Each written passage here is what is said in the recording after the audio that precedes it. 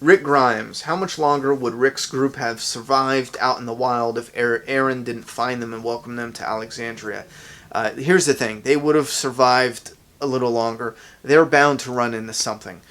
Either Alexandria, either the kingdom, either the hilltop, either the sanctuary with Negan. They were bound. They were headed in that direction. They were bound to run into somebody. So it was just a matter of time. Rodrigo Gonzalez. Hey Ronnie, who do you think will be in the van when they get stopped by the Saviors? Listen, with what they're doing right now on the road, I'm having my doubts they're going to do that van scene. But they have the van, and we're going to need someone to die. So if Daryl and them don't kill Negan's men, and they do the van scene, which they now that I'm thinking about it, they should probably do it. I'm going to say close to the same people, obviously not Sophia. I don't know why Enid would go, unless Glenn makes Enid come. So I'm going to say probably the same people. Rick Dunnigan. How do you think the wolf will die, and do you think he could possibly redeem himself? I think there's always a possibility for a redemption. I think he's going to die being ripped apart by the walkers, though. I mean, he's walking out to a herd of walkers. I just don't see an escape and a redemption for him right there. Wait, Colton Pochi. I tried. Do you think Enid is taking the part of Comic Sophia? Yeah, I do. In a way, I absolutely do. Lorenzo Queen, 1984. What do you think about Sasha's role now that the tower is gone? That's a good question. That's a real good question. I'm wondering a lot about Sasha's role now that the tower is gone. Listen, she's still going to be the sniper. They have shown that this whole time. However, the tower was probably one of the only realistic ways to take out the wall. And that's something I talked about previously. I said, when they got to Alexandria, they made the wall like so big and triumphant. My first response was, how the hell are they going to do No Way Out?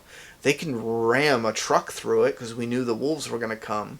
But damn, how are they going to do that with running a truck through it and then having a little bit of time pass without everything going to shit right away? Because if they run a truck through it, you're going to have to deal with the wolves and the friggin' No Way Out scenario unless they wait for walkers to come. I don't know. It's a hard one. So in reality, taking that tower down was the only way, in my opinion, to take the wall down in that way, the way they did it. There is a potential other tower. I don't know. I'm going to have to look around and see. They can put up some kind of mock tower, which just doesn't have the same, not a mock tower, but you know what I mean. They could build some kind of tower.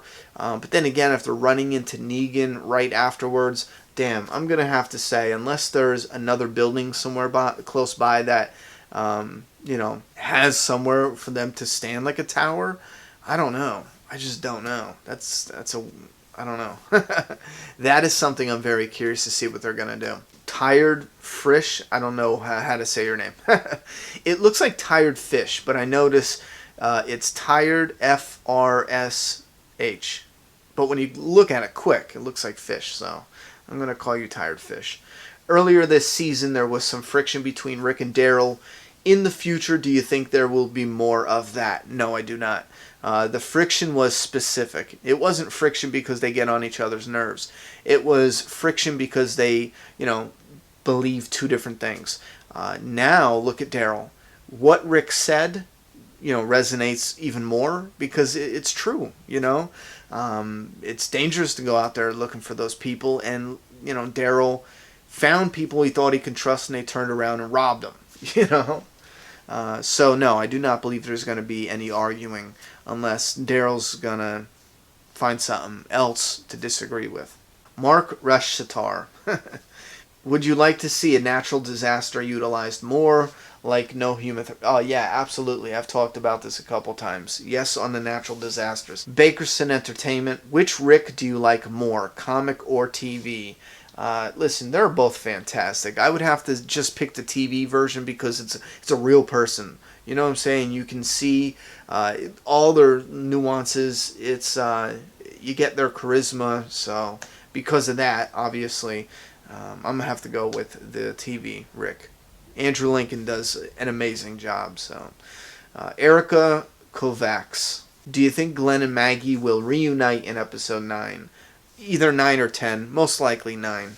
Let's talk dead. How are they going to pull off Shiva? Real tiger and CGI. Sophie Spiergler. Where do you think the wolf will take Denise? What do you think he'll do with her?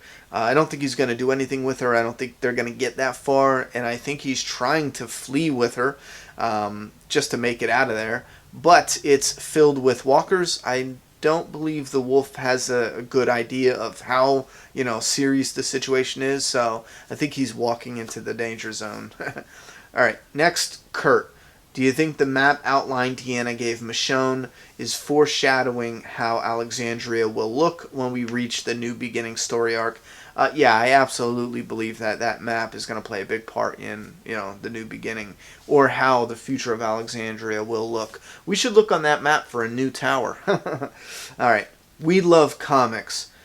With Empire of the Dead coming to AMC very soon.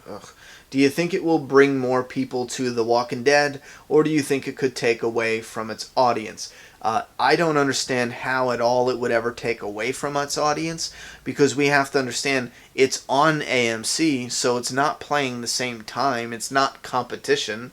It's going to play a different day most likely. It's going to play a different time most likely, or a different day, same time. It doesn't matter. The point is nobody's going to watch Empire of the Dead on a Wednesday and say, oh, I watched my hour of TV this week, I can't watch The Walking Dead on a Sunday. So in that aspect, I think, it has nothing to do with the audience. As far as will it bring more people to The Walking Dead, it might, because it's involving vampires. So you might get some vampires who, start liking zombies now and decide to check out The Walking Dead. That's a possibility. Other than that, I don't know how the hell this show's going to work. Me, I love zombies, took a peek at the comic and put it down quickly. I'm not a fan of that whole idea, so yeah, not at all. If you guys are a fan of that, though, let me know. Does it take a while to get used to it, or I don't know. Let me know what you think. For those who don't know, from what I understand, Empire of the Dead is basically a world that has zombies and vampires, so essentially they're fighting for the food supply, which is the humans. I'm sure there's plenty of you out there that are like, oh, that's a good idea, I'm gonna check that out, but something with me, it just didn't blend well. The writing as well, it didn't do it for me. Alright, moving on. Do you think they will kill Negan for the show, or keep him alive, or do something like the comic book for after the All Out War story arc? Listen, that all depends. If Jeffrey Dean Morgan comes in and does a fantastic job and fans are loving him, then yeah, they're going to keep him. They're not going to just get rid of him. And it also depends on the story. If they bring Negan in to get that, part of the story completed so they can move forward, if this is how they're envisioning it, then absolutely. Why? That's like saying right now, should we kill Daryl because his storyline's over from season 2, or season 1, even, from that matter. His storyline between him and his brother, finding his brother, that was Daryl's main story. Let's say that's like saying, should we kill him because that storyline is done now? No, keep him around. Same thing with Tara. Tara was in there for the governor's story. That's over with. Should we kill her because that's over with? No. So with Negan, we have to question, is his biggest moment actually during his own story arc, or will it be during the Whisperer's story arc? We haven't found out yet in the comic, so it brings up an interesting debate. I'd love to hear your thoughts and opinions on everything we've discussed in every single Q&A video for The Walking Dead TV show and the comic, and there's also personal ones on this channel as well. If you're new here, subscribe. I gotta go make more videos. Thoughts and opinions down in that comment box. I'm done talking. It's your turn.